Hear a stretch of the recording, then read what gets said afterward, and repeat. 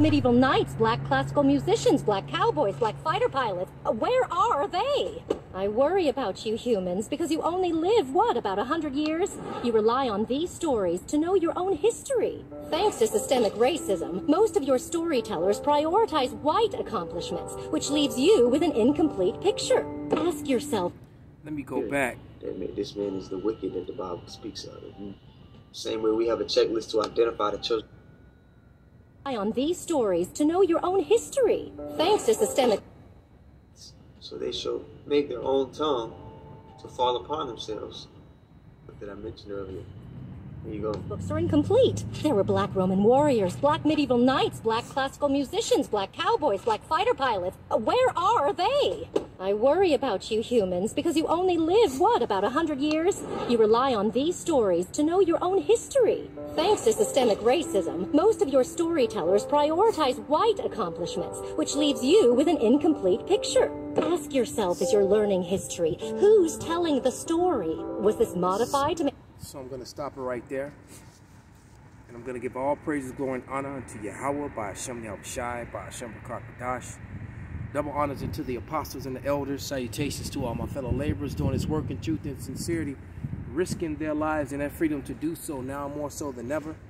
To the scattered elect that are scattered around the four corners of the earth, that be like unto the speckled bird, the Israelite foreigners, and to the Akwaf that are listening and learning. To you I say Shalom. This is your brother Malcolm from the branch of the Great Millstone here in Chicago. And I'm sitting above a private road in Chicago that only few citizens have access to. I know firemen and police people have it, and city officials, but this road has been busy like a regular street today. I wonder what's going on.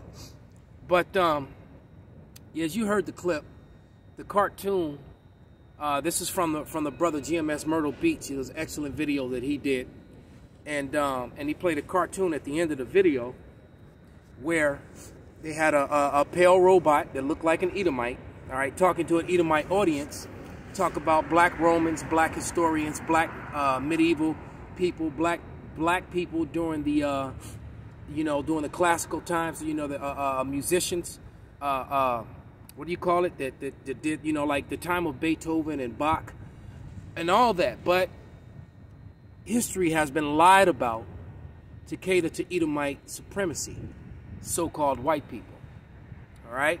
And when you bring those truths out, it's labeled as hate speech. Now, and I answer this question honestly. Is it more hateful to bring out the truth or to continue to propagate a lie? Knowing that Bach and Beethoven were not white men. Hey, I just learned about the story with Alexander Dumas, who seen a statue of him, and they say his father was an Edomite, but the statue and the books and the stories that he read screams Jacob. But nevertheless, being that his skin was melanated, I just heard the story for the first time about how Napoleon kept back his pension as a general from him. But so it seems that this whole Edomite superiority, this Edomite system of systemic racism, it goes far beyond America in the 19th century. All right, it goes way back. But I'm going to just bring out some scriptures. This isn't meant to be a long lesson. It's a little nippy out here. The water, Yahweh Shema Shai, that it's no snow on the ground because it's cold enough to be there, that's for sure. But I'm just going to bring out these scriptures that are going to coincide with the subject matter that we're talking about. And this is because this is what they fear. What they feared, and I'm going to read Ezekiel, the 37th chapter, and I'm going to start at the 10th verse. And it reads, "So I prophesied as he commanded me, and the breath came into them, and they lived and stood upon their feet, an exceedingly great army." And that's talking about the Israelites being awakened back to their nationality, because when you're in the Bible, when you don't know your nationality, your heritage, that's a dead state. All right, so we literally were dead. That's the valley of death. All right, we were in a dead state. All right, and he breathed life into those bones. All right, and in the valley of death, you actually do die. But I'm speaking of it in the fact that we were in a dead state as a people. All right. It says, so I prophesied and commanded me, and breath came into them, and they lived and stood upon their feet, an exceedingly great army. Then he said unto me, Son of man, these bones are the whole house of Israel. Behold, they say our bones are dried, and our hope is lost. We are cut off from our parts. And it's true, because, you know, matter of fact, is it in Ezekiel 36? Let me check. I think it's Ezekiel 36 and... Yeah, in Ezekiel 36 and 2, it says, Thus saith Yahweh power, because the enemy have said against you, Aha! Even the ancient high places are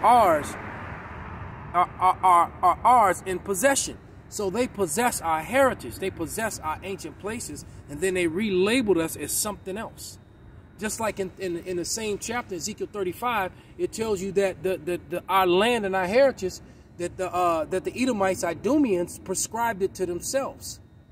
You know, and you know, then that's through that Balfour Declaration. Apostle Gabar did a video on that yesterday or the day before on that subject matter. But going back to 37.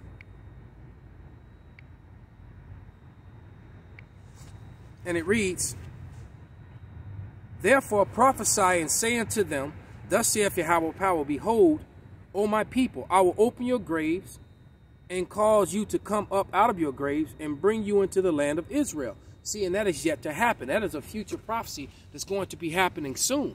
Because the first part of the prophecy of a fraudulent people being there, that's happened already. They prescribed the land to themselves. All right, and it told you it will be the Idumeans. Okay? Just read some inserts from to an Edomite client. All right, because we were talking about it. From the Jewish, because he knows that the Jews are not the chosen people. He knows that they're not the Jewish people. But this is from the Jewish Almanac, 1980, page 3. And it reads, Strictly speaking, it is incorrect to call an ancient Israelite a Jew, or to call a contemporary Jew an Israelite or Hebrew. All right, Jewish Almanac, 1980. Now, they indeed are Hebrews, but they're the Hebrew Edomites. All right. This is from Encyclopedia Judaica, 1971, volume 10. And it reads, Edomite Jews began to call themselves Hebrews and Israelites in 1860. There it is. Because they knew they were converts. Because when you start going into that history about Spain and the fall of Granada in Spain, all right, we know that the Moors were ruling. So you think the Moors had a Jewish society among them that wasn't of the people that are in the land of Israel now? Get the hell out of here, man. The Moriscos, the secret Jews, the Morenos, the Moors, all right, they were all even the ones who had converted Catholicism. They were all Israelites for the most part. The Moriscos, the Moors, the Sephardic Jews, all right, the secret Jews, the Morenos, all right, were all the same people. The cartoon just told you that. All right, the Dark Ages was called the Dark Ages because it was full of dark people. Okay? Well, back to this Ezekiel.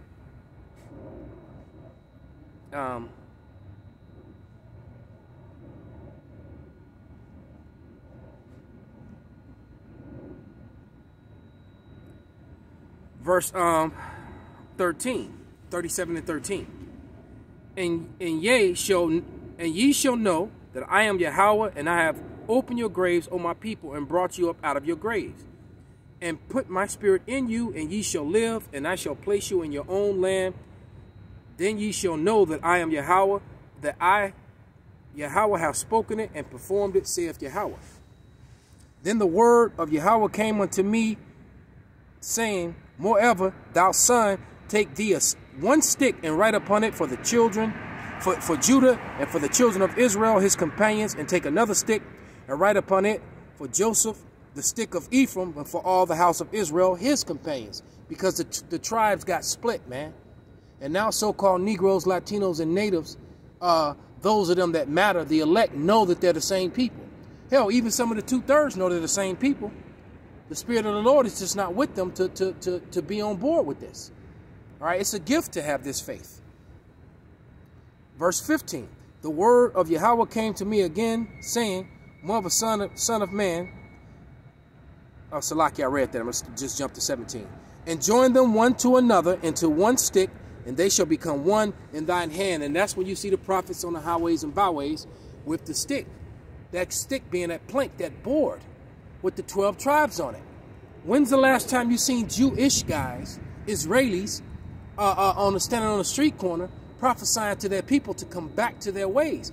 According to them, they've always known who they were, which makes them not fit the prophecies. Because the prophecy said the Israelites would be cut off and would have to remember themselves. All right? That's Baruch 2:30. All right? It says in the land of their captivities, they would remember themselves. All right? Verse 18, and when the children of thy people shall speak unto thee, saying, wilt thou show us what thou meanest by these? Because people will walk up and someone from one of the tribes will see their people or they're on the sign, and they'll be like, so what's this all about? And then they get edified. Now, it's up to the Lord to whether, to water the seed, but we give it to them. All right?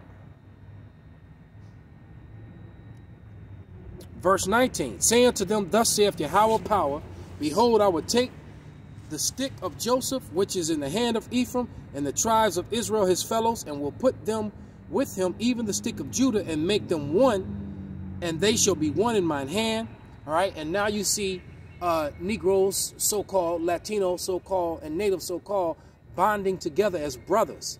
And that's never happened before on this earth, man. All right, verse 20. And the sticks wherein thou writest shall be in thine hand before their eyes. So the truth has come before their eyes, man. It's become before the eyes of the entire world. All right. Now let me grab a couple quick scriptures and wrap this thing up. All in the book of Deuteronomy. And this is Deuteronomy 33, 1 through 4. And it reads, and this blessing wherewith Moses, the man of power, blessed the children of Israel before his death. And he said, Yahweh came from Sinai and rose up from Seir unto them. He shined forth from Mount Paran, and he came with 10,000 of saints of his right hand, and he went, and in the right hand went a fiery law for them. Yeah, he loved the people, all his saints. So the saints are the Israelites. You can't be granted sainthood by the Catholic Church. That's a blasphemous lie, a doctrine of man, dogma. Yeah, he loved the people, all his saints are in thy hand, and he sat down at thy feet, and everyone shall receive of thy words. Moses commanded us a law,